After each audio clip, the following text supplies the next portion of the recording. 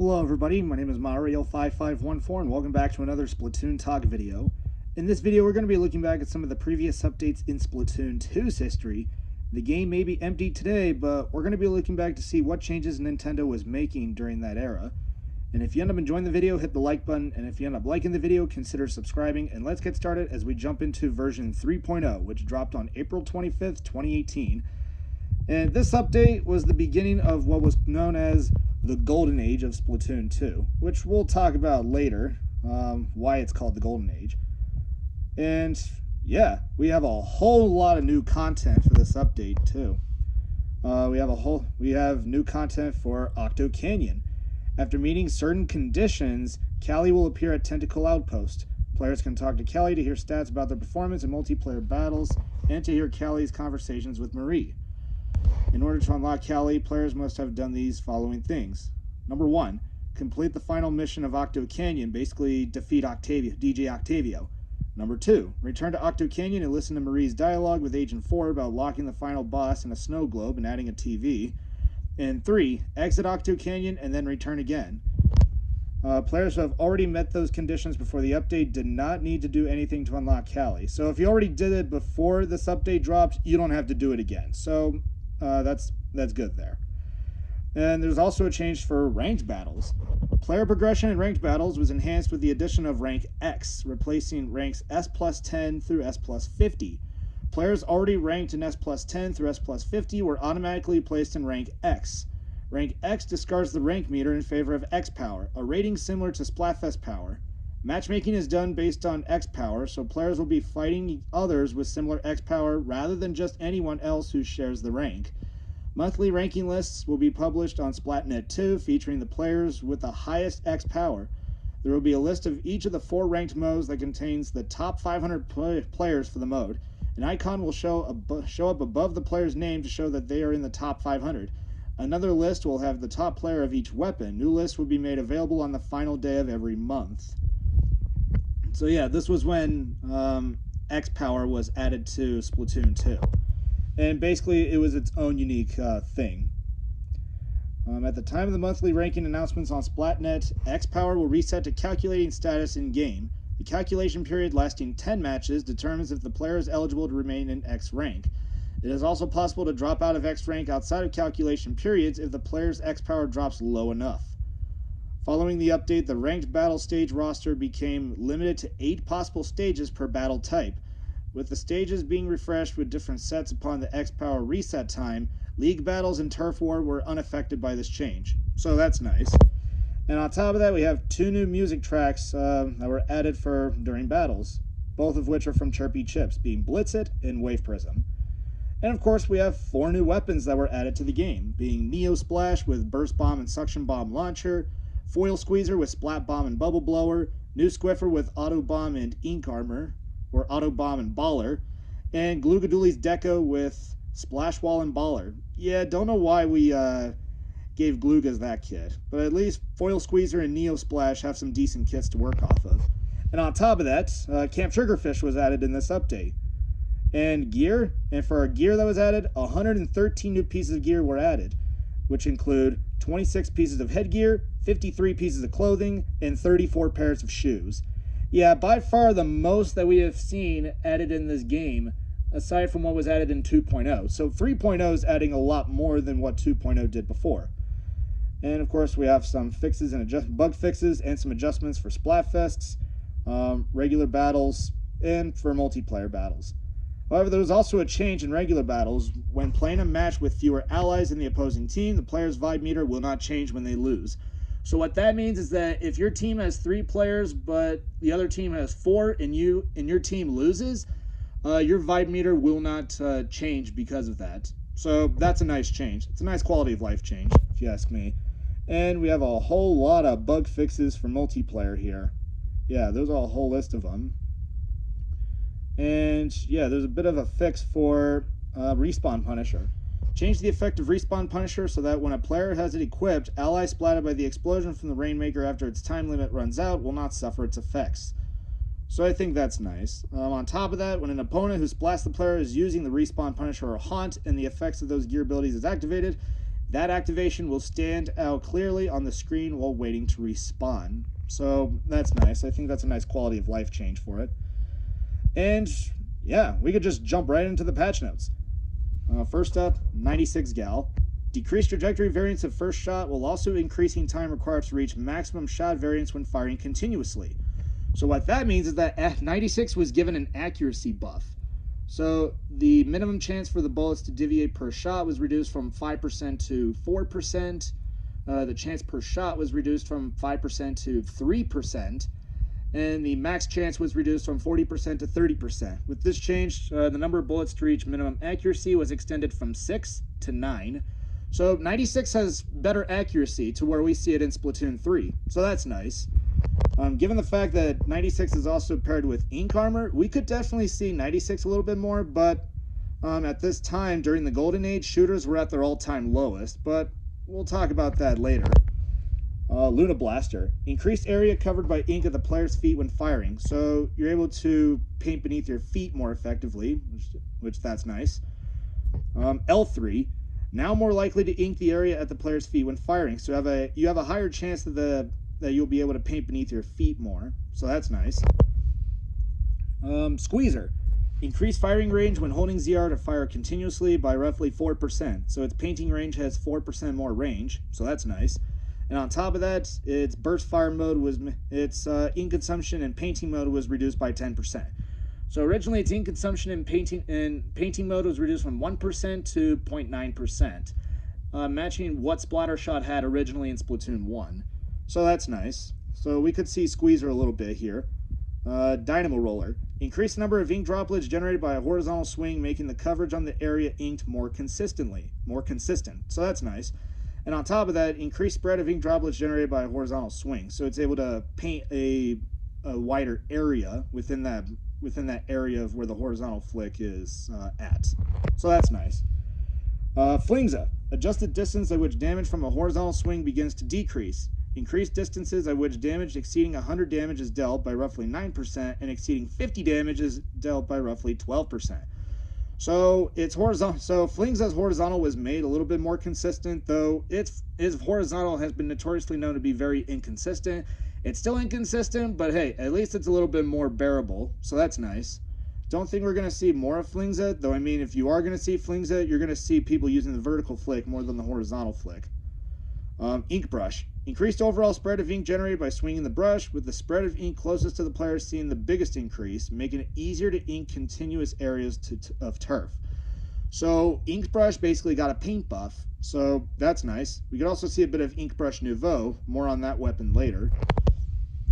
And all chargers listed here, which are the regular Squiffer, regular chargers, Splatter Scope, E-Liter, and E-Liter Scope, along with GooTuber, all were given the same buff. They were all given a mutual buff. Area at a player's feet will now always be inked when firing. So on a full charge, the area at your feet will now be inked when you pull the trigger or when you fire a full charge shot. So that's nice. Bamboo got a slight damage buff. Increased maximum damage from 80 to 85. So its two shot is going to be a little more consistent. So that's nice. Glugas. Increased firing range after performing a dodge roll by 13%. So its dodge roll will have 13% more range. So that gives more incentive to use the dodge roll as much as the standard fire on Glugas. So that's nice. On top of the hitbox changes that it was, on top of the increase in the hitbox for collisions with players from 2.2, slightly reverted in 2.2.1, we could start seeing Glugas a bit more, though it's still kind of like a niche pick. Splatbrella. Increased area covered by ink droplets when shots hit a surface, so it's painting more. I don't know. It didn't specify if it paints more when the shots hit a wall, or if it paints more in general. It didn't really specify, but I'm gonna go out on a limb and say that it's gonna paint the walls more effectively, or any kind of surface it can paint. So it's gonna paint more regardless. So that's nice. Tentebrella. Increased area inked covered by ink at player's feet when the umbrella is open. So when you open the canopy, the area covering your feet is going to be increased. So that's nice. And the area of ink coverage generated when the umbrella portion is launched has been increased. So the canopy is going to paint more. And on top of that, the time for new umbrella to be generated after it is either destroyed or launched was reduced from 6 seconds to 5 seconds. So that's a very solid change, given that Tent is a very powerful weapon at this time. Yeah, given that it has a 170p bubble blower, so this weapon is insanely powerful. More on that weapon later. Sub-weapons. Splash Wall. Decreased time after using before ink recovery begins by roughly 1 second. So its ink recovery delay was reduced by 1 second, or by 60 frames. So we're going to start seeing a little bit more of the weapons that use Splash Wall, which is a nice change for it. On top of that, now possible to create a wall when the wall the player created already exists in the stage. Creating a new wall will cause the older one to disappear. Originally, when you were playing Splatoon 1, when you try to throw out another wall when you already placed one down, it would display can't use. That's no longer the case afterwards. So yeah, we're going to start seeing more Splash Wall weapons, which are Squeezer, 96 Deco, and possibly Flings a Roller. I mean, any kind of weapon with Splash Wall is going to start seeing more use because their sub is now more effective. And decrease the least amount of time for wall to open after being placed by roughly 15 frames. This change decreases the time until the wall opens when creating a wall on either a flat ground or facing a downward slope by roughly 15 frames. When creating a wall while facing an upward slope or other condition that causes the wall to be placed immediately, there will be no change in how quickly the wall opens.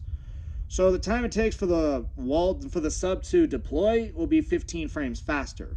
So that's a solid change, which we're going to start seeing more of this sub later for a certain weapon that we all know. Squid Beacon. Increased durability by 20%. So its HP was increased from 100 to 120. Due to the above fix, damage dealt by certain attacks has also been changed. Squid Beacons will take 58% less damage from Stingray and 67% less damage from Inkstorm. However, L3 and H3 will deal 20% more damage to it, same with Blaster, and from Roller's vertical flicks. So yeah, that's a nice trade-off. We'll take it. Ink Mine. With the R button pressed and held, the player is now able to go into squid form immediately by pressing ZL, even before the ink mine has been fully set. So what this means is that if you're using any weapon that has ink mine, you can now substrafe with it, which originally you could not do it if you're playing it in Splatoon 1, and yeah, this finally made it as a universal ability.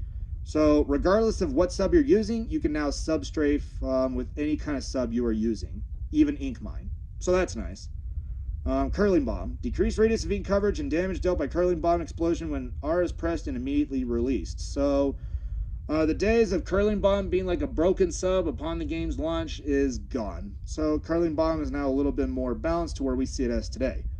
Bomb now grows in size the longer R is held, increasing ink coverage while traveling and area of ink coverage and damage dealt when it explodes. And the amount of time before ink recovery begins after use in proportion to how long the R button is held has been reduced. Didn't really specify how long though, yeah, it's a very solid change for Curling Bomb. So yeah, we're going to start seeing a little bit more weapons with Curling Bomb, which we could see a little bit more Sploosh, given that this weapon is... even though the main weapon isn't that good, we could see Sploosh as like this, kind of like a niche pick, or kind of like this weapon that will just go in and be a pain in the butt. So yeah, that's nice. And last up on the list is Sprinkler. Decreased ink consumption from 70 to 60% of your ink tank. So that's nice, to where we see it as in Splatoon 3. Decreased degree to which less area is inked proportional to distance between Sprinkler and terrain floor when placed in a location with a different height than surrounding terrain. So yeah, that I would think it's a nice quality of life change for its paint. And like with Squid Beacon, it has 20% more durability, going from 100 to 120. And same changes for beacons. Stingrays will deal 58% less damage. Inkstorm will deal 67% less damage to it. However, L3 and H3 will deal 20% more damage to it, same with blasters. And Roller's vertical swings or vertical flick will deal 20% more. And on top of that, decreased range of ink droplets and area of coverage during time after placement until Sprinkler output begins to weaken. So this is basically a paint nerf in a way. So it's going to paint the most when it's at its weakest.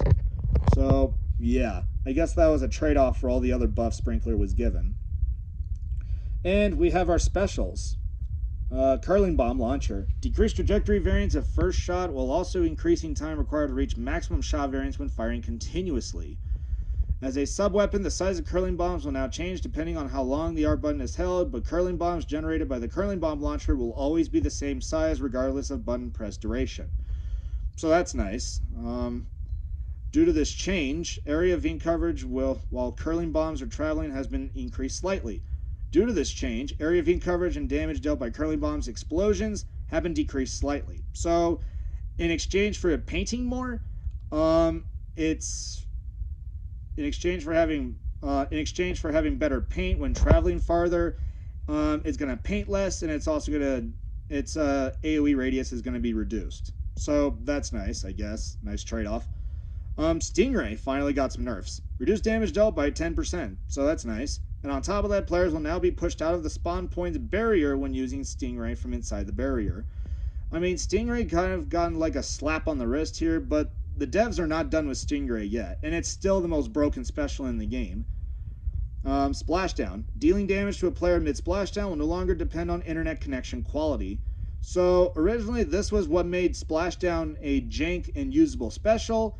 This basically fixed the jank, and the special went from being the worst special in Splatoon 2. So if you use any weapon with Splashdown, you're unfortunately out of luck. And you're basically gonna be a very easy target. So yeah, sorry everybody. And a couple of our abilities got changed. Ink recovery up. Increased effect when in kit form by 6%. So the ability will be 6% more effective in Inkling form. So that's nice. Special Saver. Made effect more likely to occur even when used with fewer than maximum stacked Special Saver gear abilities. The effective gear ability when used with maximum stacked Special Saver abilities is the same. So Special Saver is going to be more effective in smaller quantities. So that's nice. Ink resistance. Improved effect of reducing max amount of damage dealt by stepping in opponent's ink. And speed at which damage is dealt when stepping in opponent's ink will now be slower. I wonder why they're doing these changes here. But whatever these changes are for, these are very decent changes at that. So we'll take it. Opening Gambit. While active, Opening Gambit's duration will be extended by 7.5 seconds for each opponent splatted by the player or assist they are credited with. So yeah, Opening Gambit finally got a buff that we see in Splatoon 3, which is nice. Haunt. Opposing players marked with Haunt will now incur the penalties of Respawn Punisher, additional time before respawn, further reduction of special gauge when respawning, when splatted. So Haunt will have the same kind of mechanics as Respawn Punisher. So, okay, I guess. Whatever. Thermal Ink. Duration extended from 6 to 12 seconds. So its duration has been doubled. So it's going to last 50% longer than it did previously. So that's nice. Respawn Punisher. Increased degree to which the effect of the gear ability Quick Respawn is nullified from 80 to 85%. This was to make sure that Quick Respawn wouldn't return to what it was in Splatoon 1. You know, the devs really wanted to make sure that they didn't want to make the same mistake they did in Splatoon 1. They did not want to do that again. So this was like an insurance policy. Drop Roller. After drop roller is used, the player will receive the effects of run speed, swim speed, and ink resistance up for roughly 3 seconds. So this is basically if you're using ballpoint, and after inkjet wears off, you could basically just, or if you super jump, you basically could just drop roller is enabled, swim speed, run speed, and ink resistance has been boosted for 3 seconds, or you receive the effects of those abilities for 3 seconds. So that's nice. Comeback was given a slight nerf. Decrease the boost to stats while comeback is active from 1.2 times the value of the main gear power to 1 times that value. So instead of having like 12 ability points, it's now going to be 10 ability points. But comeback is still a very powerful, it's still one of the most popular abilities in the game. So that it's a decent change, but kind of questioning that.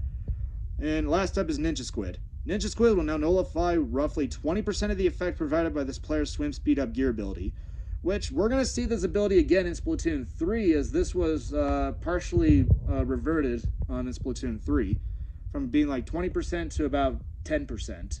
So that's nice.